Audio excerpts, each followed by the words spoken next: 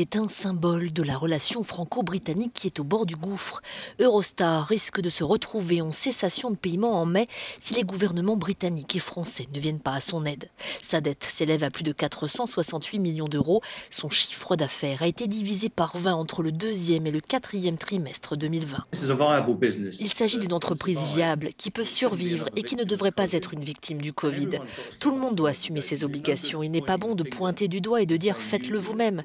Il doit y avoir une collaboration et c'est ce que nous avons promis après le Brexit, qu'il n'y aurait pas d'effondrement dans ces relations.